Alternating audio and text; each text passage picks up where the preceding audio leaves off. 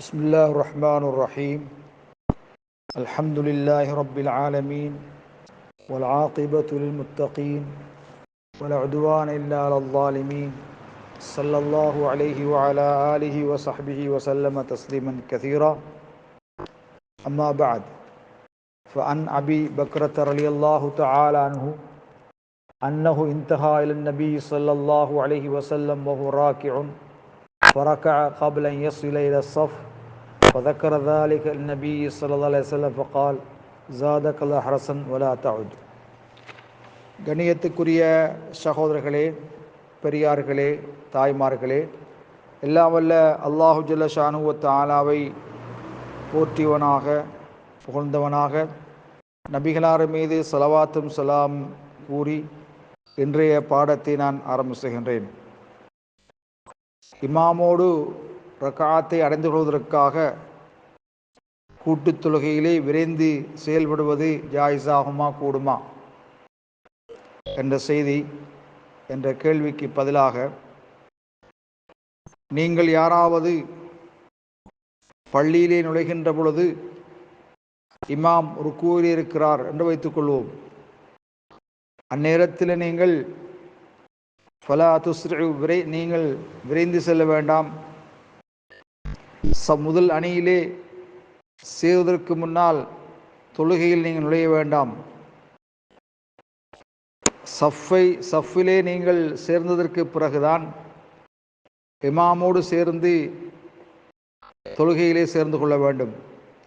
ஏனென்றால் நபி ஸல்லல்லாஹு அலைஹி வஸல்லம் அவர்கள் அபீ பக்ரத் ரலியல்லாஹு தஆலா அன்ஹு கூறியதாவது, தொழுகையில் நபி ஸல்லல்லாஹு அலைஹி வஸல்லம் அவர்கள் ருக்கு செய்து கொண்டிருந்த போது நான் சென்று வரிசையில் சேருவதற்கு முன்பே ருக்கு செய்து விட்டேன். வஹுவ ராக்கிஉன் ஃபரக்கஅ கப்ல அன் யஸில இலா ஸஃப். நான் சென்று வரிசையில் சேருவதற்கு முன்பே ருக்கு செய்து விட்டேன்.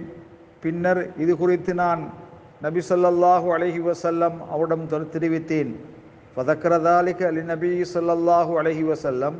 இது குறித்து நபிகளாரிடத்திலே நான் கூறிய போது ஸல்லல்லாஹு அலைஹி வஸல்லம் சொன்னார்கள்,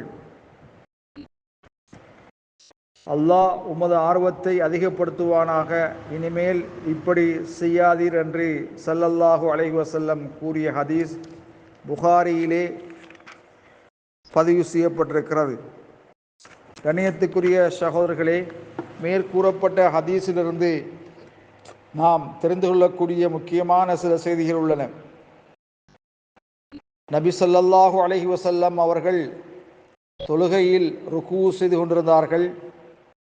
அப்போது நபி தோழர் அபூபக்ரா ரலியல்லாஹு தஆலா அன்ஹு அவர்கள் கூட்டுத் தொழுகையிலே ரக்காத்தை அடைந்து கொள்வதற்காக குனிந்து ருக்கு செய்த வண்ணம் நடந்து வந்து தொழுகை வரிசையிலே சேர்ந்து கொண்டார்கள். இனிமேல் இவ்வாறு சேர்ந்து கொண்டார்கள். குனிந்து ருக்கு செய்த வண்ணம் நடந்து வந்து தொழுகை வரிசையில் சேர்ந்து கொண்டார்கள். இனிமேல் இவ்வாறு செய்ய வேண்டாம் என்று நபி ஸல்லல்லாஹு அலைஹி வஸல்லம் அவர்கள் அறிவுறுத்தினார்கள்.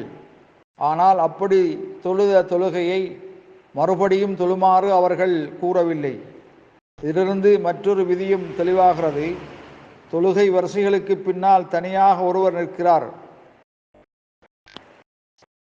மற்றொரு அணி அமைக்க யாரும் வரவில்லை. முன்னால் உள்ள அணிகளிலும் சேர்ந்து கொள்ள இடமில்லை. இந்நிலையில் அவர் தனியாக நின்று அந்த இமாமை பின்பற்றி தொழுதால் அவருடைய தொழுகை செல்லும். ஏனெனில் தொழுகையின் ஓர் அங்கமாக ருக்குவை தனியாக செய்தால் செல்லும் என்றால் முழு தொழுகையும் செல்லும் என்பதே அந்த விதி என்ற செய்தி ஃபத்ஹுல் பாரியிலே கூறப்பட்டிருக்கிறது. கண்ணியத்துக்குரிய சகோதரர்களே, இந்த ஹதீஸிலிருந்து நாம் அந்த செய்தியை நாங்கள் எடுத்துக்கொள்கிறோம். வல்லாஹு அலம் பிஸ்ஸவாப்.